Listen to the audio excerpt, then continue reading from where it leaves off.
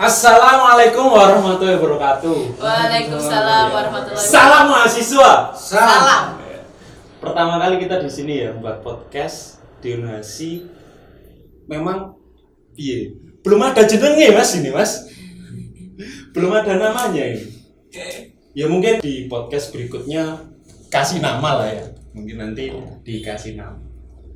Mungkin karena ini podcast yang pertama, saya jelaskan tujuan podcast ini adalah untuk mengupas tuntas dan berbincang-bincang ala ngopi anak mahasiswa tentang berbagai hal mengenai kampus, dimulai dari organisasi sampai karya-karya yang ada di Unhasi tercinta. Mungkin di episode pertama ini saya kedatangan tamu yang sangat spesial ya. Ini yang pertama saya perkenalkan Presma kita, Presiden Mahasiswa kita, Mas Abdul Salam. Oke, terima kasih. Ya, selamat datang Mas Abdul. Selamat datang juga. Terima kasih atas jamuannya. Sehat ya? Alhamdulillah. Nah, Mas Abdul ini adalah Presiden Mahasiswa kita di tahun 2019 sampai 2020 yang sekarang ini masih menjabat. Dan lengsernya kapan, Mas? Ya ini kawan-kawan dari dengan Imam. Terus yang kedua ini adalah Mas Syawaludin Effendi sebagai anggota DPM. Selamat datang Mas Syawaludin. Selamat datang. Iya, sehat Mas ya? Alhamdulillah. Di masa pandemi ini sehat ya? Sehat untuk satunya tidak. Terus dan yang ketiga ini Mbak Farosyami selaku Ketua Panitia KPUM Universitas Hasyim Asy'ari. Selamat datang Mbak. Selamat datang juga. Ya, sehat Mbak ya? Sehat. Alhamdulillah, semua yang ada di sini sehat. Mungkin teman-teman mahasiswa pendengar pengen tahu loh. Dari semester 1 sampai sekarang itu saya mulai dari Mas Abdul dulu. Dari semester 1 sampai sekarang itu pernah ikut organisasi apa aja sih sampai sekarang itu bisa menjabat sebagai Presma gitu. Terima kasih Mas Bintang selaku host di acara podcast ini ya. Cukup menarik podcastnya. Mungkin ini bisa menjadi referensi untuk kedepannya setiap kegiatan yang memang membutuhkan motivasi dibuatkan seperti ini. Berbicara masalah pengalaman organisasi dari semester 1, sebenarnya jujur saya awal gak pernah pengen jadi berpartisipasi di organisasi.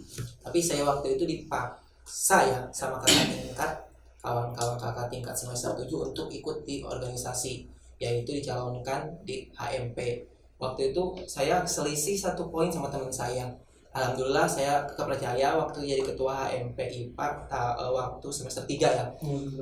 Semester 3. Nah, ketika semester kan semester 1 2 agak boleh di UNAS ikutan organisasi. Jadi sebagai pengenalan gitu. Semester 3 saya jadi ketua HMP.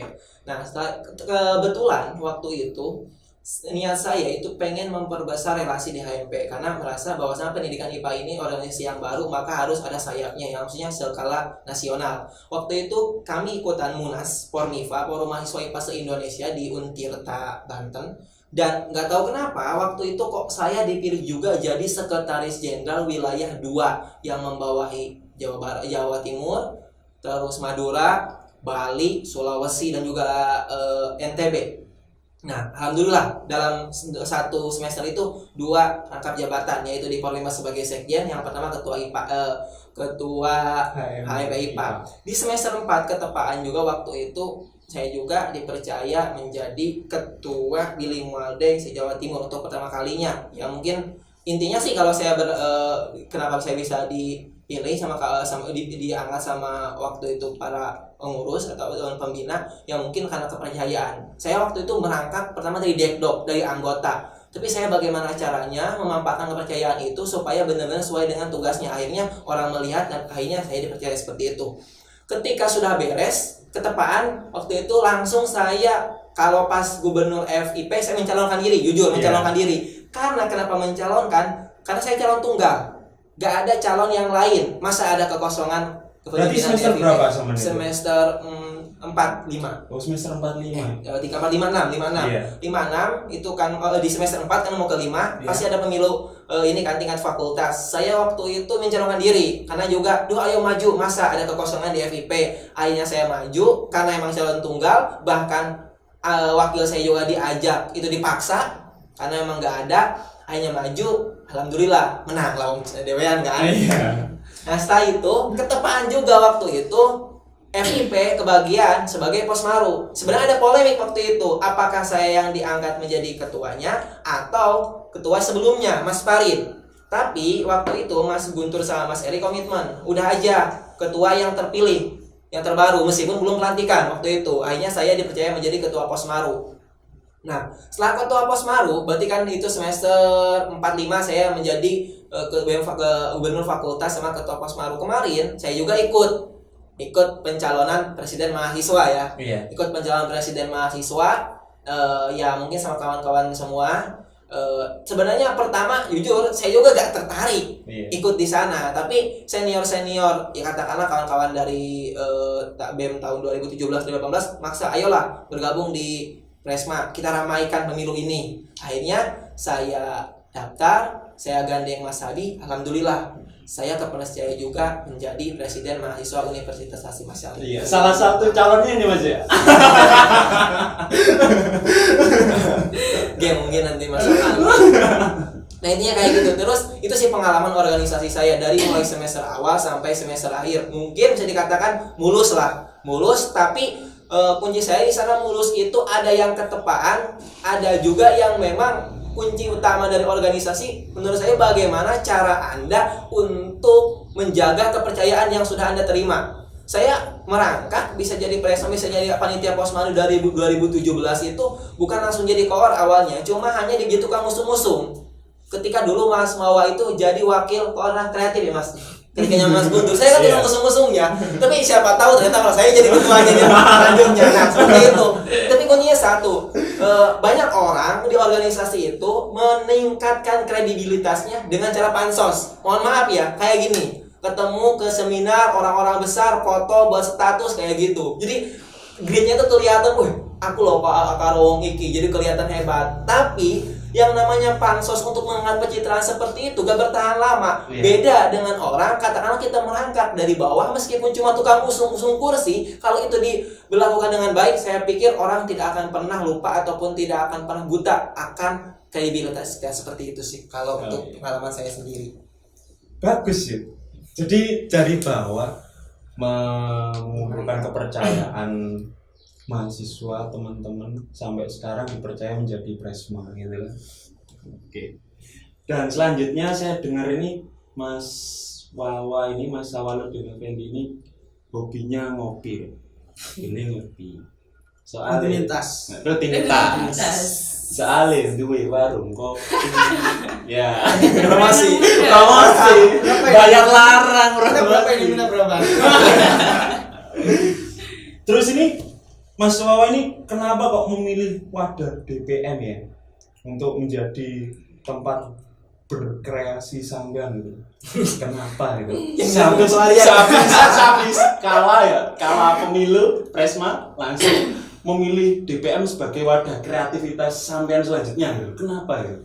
Ya ini kalau mungkin boleh ceritakan dari awal ya. Iya, dari awal organisasi saya di UNAS di kampus. Ini dulu kan sumber sebenarnya untuk cerita dari saya sama Mas itu lebih sedikit mirip sih, cuman agak ada yang berbeda. Jadi ini kan sama saya kan berasal dari prodi sipil. Nah, prodi sipil kan sama-sama baru sama IPA juga. Saya dulu itu ya kalau ngomongin organisasi ya dari SMP, SMA, SMK udah ikut OSIS kan namanya.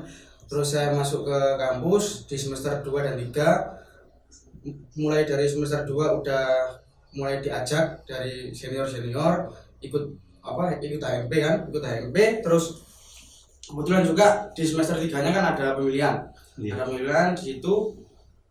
Lah, di situ kan kalau saya sendiri kan emang udah pernah kan ikut organisasi di SMP, SMA, terus dari hati saya sendiri tuh oke, saya mau, saya ditawari, saya mau.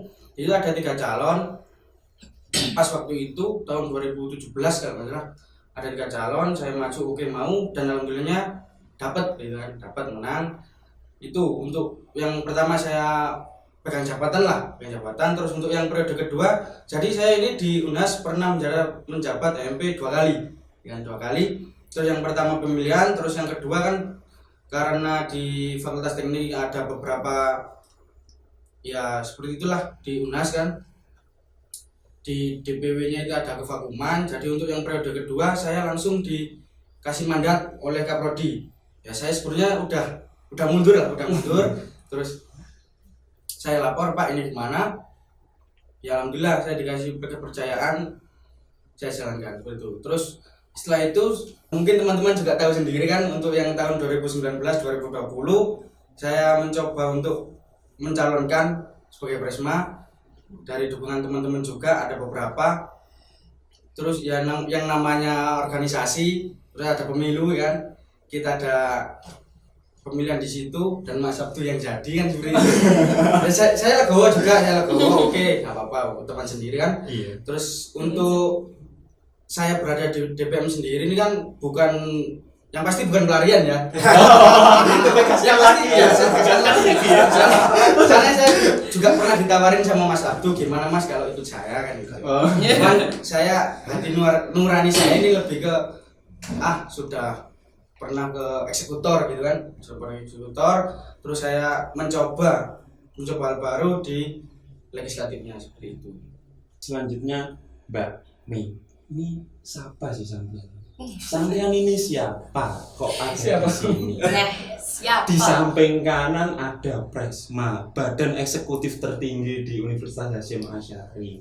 Di samping kiri ada DPM, badan legislatif tertinggi mahasiswa Universitas Hasyim Asy'ari.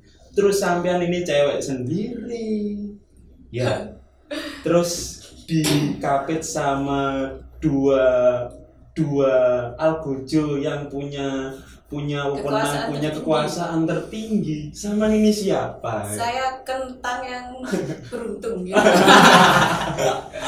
Jadi ini adalah Mbak Me, Ketua KPUNM Universitas Hasyim Asy'ari tahun ini ya. Tahun 2020 Tahun 2020 sampai tahun 2021 kalau jadi. Jangan dinamain. Terus juga ya insya Allah akan pemilu ini akan dilaksanakan serentak ya. Iya, serentak. Dan akan menjadi tujuan utama kita mengadakan podcast ini nanti akan kita bahas ya. Sebelum itu, setuju nggak sekarang ini kita menghadapi style baru, cara hidup baru, berdampingan dengan virus COVID-19 yang menghambat semua roda perekonomian termasuk juga pendidikan. Ya itu gimana ya, style baru yang biasanya kita keluar untuk rapat sebagai aktivis kita keluar untuk rapat, sering keluar untuk mencari data, sering keluar untuk datang ke kampus. Sekarang itu seperti ini, yang di rumah tetap di rumah, yang di pondok tetap di pondok. Menurut sampean ini gimana? Oh iya, dari masalah dulu ya. Ini kan berarti istilahnya tatanan baru, hidup baru kita kan.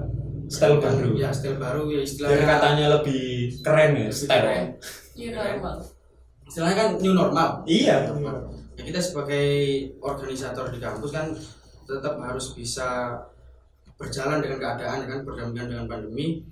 Jadi kalau dari DPM sendiri, kita selama ada pandemi, kita tetap melakukan kegiatan, kita tetap melakukan program kerja kita yang sudah kita susun dari dulu kan. Kita bisa melaksanakan rapat online untuk yang teman-teman wilayah di luar Jombang yang sekiranya tidak menjangkau. Terus untuk yang teman-teman menjangkau, kita biasanya tetap rapat secara offline ya kan, tapi tetap dengan protokol kesehatan, kita tetap jaga itu, kita tetap laksanakan. Jadi untuk mahasiswa lainnya, terutama ini kan mau ada kongres serta pemilihan ya. Iya. Nah ini juga kita dari DPM juga merencanakan itu, nanti berusaha kita setting sesimpel mungkin, seaman mungkin, tapi tetap isinya itu utuh. Rencana kan juga ada nanti supaya kita pemilihan ini juga nggak terlalu panjang juga. Dari DPM sendiri juga menggagas gimana caranya untuk pemilu raya ini bisa dilakukan secara serentak. Nah, secara serentak ini juga keuntungannya lebih kurangnya ke pertama kan yang jadi PR selama ini kan kita selalu ke dana ya kan, kita selalu ke dana, kita coba gagasan baru di era new normal ini dengan membuat pemilu raya serentak dari mulai HMP sampai ke DPM dan BEM-nya seperti itu. Ya jadi kita sebagai mahasiswa juga harus bisa improve akan keadaan semacam ini. Kita harus juga bisa mengerti akan keadaan, Harus bisa menyesuaikan ya, artinya, Mas, ya. intinya menyesuaikan. Terus kita juga harus memperhatikan protokol-protokol kesehatan yang sudah ditetapkan oleh pemerintah semacam itu. Untuk mahasiswa yang masih di rumah, kita kan juga UNAS sendiri kan udah mulai pembayaran terus KRS juga bisa dilakukan secara online. Alhamdulillah kampus kita kan bisa menyikapi semacam itu, dari mulai pembayaran KRS terus melihat nilai kan kita bisa dilakukan secara online, ya kan. Untuk mahasiswa sendiri yang masih di rumah, ya saya harap bisa bersabar lah untuk tidak kembali lagi ke kampus, tetap standby akan pemberitahuan yang ada yang diberikan oleh kampus, tetap memperhatikan itu supaya bisa mengetahui info-info dari kampus, bisa mengikuti. Terus kalau ada info kapan masuk, kapan kita mulai belajar. Yang paling penting ini untuk mahasiswa yang ada di rumah ya, kita kan mahasiswa, kita harus bisa Mencari data lah. mencari data terus Harus bisa peka terhadap kampus juga. terhadap Dharma perguruan tinggi kita kan juga udah di kampus, udah di banyak ilmu banyak yang udah diberitahukan oleh kampus. Kita di masyarakat juga harus bisa turun tangan, ikut andil membantu pemerintah untuk menjalankan protokol kesehatan yang udah ditetapkan semacam itu. Tadi menyinggung di rumah. Sekarang itu Mbak nih yang dulu menjadi mahasiswa biasa, sekarang mendadak menjadi pejabat. Ya. Mendadak menjadi Lumayan pejabat. kupu-kupu dulu gitu. Iya. Level-levelan. Lumayan kupu-kupu, lumayan Lumayan. kupu-kupu kan ya. Sekarang menjadi pejabat di era Covid ini, kegiatannya itu kan sekarang di rumah Mbak ya, nggak mondok ya Mbak ya? Iya, Di rumah. Sekarang itu kegiatannya apa Mbak? Kalau sampean itu? kegiatan di rumah. Iya. Ya paling jadi freelance ngelesi, terus jaga toko gitu aja Mas. Pasar. Ke pasar. Pasti kalau Ke cewek ke pasar. pasar masak Mas ya. Terus juga tadi menyinggung kan ini kan badan eksekutif ini kan biasanya membuat acara ya, sebagai badan yang biasanya membuat kegiatan-kegiatan. Tadi disinggung untuk pencairan dana. Nah, menurut sampean ini di era pandemi ini bagaimana respon pencairan dana di pihak universitas itu bagaimana Mas Abdul? Kalau saya untuk berbicara masalah pencairan dana di tingkat universitas di masa pandemi, kalau berkaca dari Posmaru, ini berjalan sesuai seperti biasanya, nggak ada hambatan, nggak ada kendala lah. Menurut saya seperti itu sih, asalkan proposal yang kita ajukan benar-benar jelas anggaran dananya, jelas kegiatannya seperti apa, anggaran dananya seperti apa, kemudian strateginya kudu juga diperjelas. Karena gini, jangan sampai kita kalah licik. Mohon maaf ya, banyak sekali para ormawa, terutama gubernur fakultas. Gak apa saya Oh, sebut jadi ini. bentar. Berarti menurut sampean itu licik gitu. Lah, bukan begini, kalau organisasi itu Mas bukan Iya. siapa yang paling baik, tapi siapa yang paling licik menurut saya. Baik itu baik seperti apa? Karena kan Banyak penjabaran di baik gitu ya. penjabaran kan. Saya nyolong pun kalau dia ngomong 10 orang nih, saya nyolong nih, ketat 10 orang. 8 orang membenarkan, kan itu baik toh. Oke. Benar juga. Jadi maksudnya gini, strategi-strategi pasti ada lah yang namanya akal-akali. Kalau saya melihat keluh-keluhan ya dari ketua HMP, gubernur fakultas, yang saya alami kelihatan mereka itu kesulitan. Waduh ini birokrasinya kalau nyalain uang suka dibulet-buletin atau gimana. Nah, kita itu harusnya, kalau yang saya alami jujur Mas, saya ketika dari ketua HMP waktu itu kan 1,5 cair semuanya. Waktu jadi gubernur Fakultas Ilmu Pendidikan cair 20 jutaan. Kemarin juga alhamdulillah waktu BEM ini cair semuanya ya, tapi di festival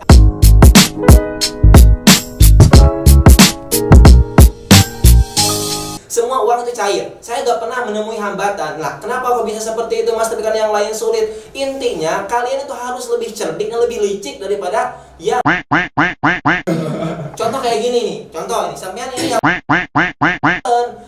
uangnya hari Rabu besok. Terus dirabu lagi. Kalau saya nggak, pagi ini aja lah. Saya bukan pemain baru, saya udah lama di sini. Semakin diundur, semakin sering saya ke kampus dan saya tahu berapa jumlah keuangan. Gitu, akhirnya bingung juga. Pertama, ini saran saya ya. Contoh, jenengan niki jabat gubernur fakultas ataupun presiden mahasiswa yang harus ditanyakan kepada gubernur fakultas, ambil data di fakultas berapa jumlah mahasiswanya kalikan 37.500. Contoh nih, FIP kebagian 20 juta nih, 20 juta. Nah, si 20 juta itu kalau pengalaman saya, semester pertama diambil 10, semester kedua diambil 10. Cair semuanya. Kalau sampai yang langsung moro-moro pas disnatalis semuanya 20, ya gak bakalan dicairkan. Karena takutnya disinyalir sama pimpinan itu ada permainan di sana. Beda cerita kalau seandainya sampai dibagi dua. Ini saya bukan cerita ini ya, cerita-cerita saya seperti apa, tapi itu berhasil. Dan saya juga berkaca dari kawan-kawan sebelumnya. Kemudian di BEM Unhas juga, saya pertama apa yang saya tanyakan, itu semua TU di lingkungan Unhas saya minta data-datanya. Ingat, data yang dipakai contoh, kalau saya jabat Presma tahun 2019-2020, maka data mahasiswa yang dipakai itu tahun sebelumnya. 2018-2019 itu diambil di semua TU. Pasti nanti akan ada perdebatan loh. Mas, data dari saya cuma ada 3.000 mahasiswa, Mas. Pak, kalau 3.000 mahasiswa nih, saya ada 3.200 berdasarkan tanda tangan dari dekan. Jadi mau gimana pun juga, sedangkan kita udah pegang nih 3.200 dikalikan semua mahasiswa, kalau nggak salah 30 atau berapa sama UKM juga, itu katakan di angka 40-an lebih BEM universitas itu, kita udah pegangan nih 40 juta sama data-datanya. Jadi gak mungkin karena kita punya data, kita juga bisa menyedak beliau. Mau gak mau uang kita harus cair. Dan yang saya lihat ketika tahun hari ini, uang yang masih ada di kasaran saya belum terambil oleh pihak pengawal kampus. Semakin mana sih? Rada spesifik gini. Yang sensitif. Ini juga banyak permasalahan yang muncul seperti di tingkat-tingkat fakultas. Contoh gini, kalau di FIP itu cukup tanda tangan dekan, kita sudah bisa, dan tanda tangan dekan yang ngambil kita sendiri. Ada di TI ya, di TI itu peraturannya itu yang harus ngambil adalah siapa? Saya juga nggak tahu. Ada mahasiswa kan? Iya, tapi Mantan saya gubernur. mahasiswanya ya. Nah, ini sih yang menjadi polemik yang begitu parah gitu. Tapi mohon maaf ya, saya menyinggung kembali lagi, ini kawan podcast kan, nanti dilihat sama semua orang. Boleh. Keluh kesah atau yang dirasakan mahasiswa. Contoh nih, Sampean sebagai Presma juga sering merasakan gerundel, mohon maaf, saya gerundel dengan dengan fakultas yang ada sekarang. Banyak sekali yang saya tahu yang benar-benar uangnya cair hebat itu ya, bukan hebat sih karena udah pemilu duluan ya FIP. Oh, karena sampean mahasiswanya Bukan, mungkin. bisa dilihat. FIP maksudnya udah lama kan pemilu, Iya, iya, uangnya iya. udah siap duluan. Karena FAI ini sering dijadikan alasan oleh kawan-kawan ini. Ya kapan nanti dikualifikasi sama kawan Iya. FAI gak apa-apa. Ini namanya juga podcast kan. Gak masalah, semua di sini Biar kan nanti belak-belakan. mahasiswa yang menjawab gitu. Oke. Nah gini, mereka kan pemilu kemarin Desember kan kalau nggak salah. Sedangkan uang mereka gini, jenengan coba kali 37.500 kali 1.500 mahasiswa. FAI itu setengah dari Unhas. Iya. Berkisar di angka 60 kurang lah, Iya. 60 kurang. 58. Oh, 68 oke lah. Yang baru saya dengar uang keluar berapa? 20-15? Ya sih, 15 ya. Dengan alasan ya bla bla bla dan yang lainnya. Gini loh. Mas Alang ngeluarin uang itu gak nunggu sampai harus buat kegiatan besar dulu. Gak peduli, sampean mau buat hataman juga 10 juta gak jadi masalah. Kenapa gitu harus nunggu disnatalis dulu, Oh, jangan iya. caranya gede, biar uangnya Biar cair. Dan saya kenapa seperti itu? Ya perlahan aja, diskusi kecil-kecilan setiap minggu, ngajuin proposal pasti cair. Piye caranya supaya uang ini keluar gitu. Nah sekarang ketika agak keluar, betapa numpuknya uang di awal, harus lebih licik sampai ini. Ya itu masalahnya. Jadi usahakan kalau memang telat, katakan di Desember nih pemilu, langsung aja ajuin uang, pasti bakal cair. Kemudian Mas, kemarin mas saya Februari ke potong sama PPL nih. PPL bukan jadi alasan karena sampean punya anggota semester bawah. Itu. Kenapa gak semester bawah sampean yang diminta? Kok malah nunggu harus PPH-nya? Akhirnya masalahnya uang gak turun. Akhirnya kegiatannya gak ada. Makanya kemarin saya baru status buat sindiran itu ya lumayan rame juga sih. Kesana intinya. Kenapa? Karena mohon maaf ya, emang loh uang mahasiswa diambil dari tahunan tapi gak diambil oleh kita. Akhirnya lari gak kemana ya. Ya masih mending kalau itu larinya ke pembangunan. Kalau enggak, Pertanyaan yang besar. Duit hilang, Dek. jadi Jangan terlalu tinggi-tinggi pengen buat kegiatan, mencairkan uang dari Pimin udah sebuah reputasi yang paling bagus. Sudah Sudah pencapaian itu. Iya, amin gitu loh.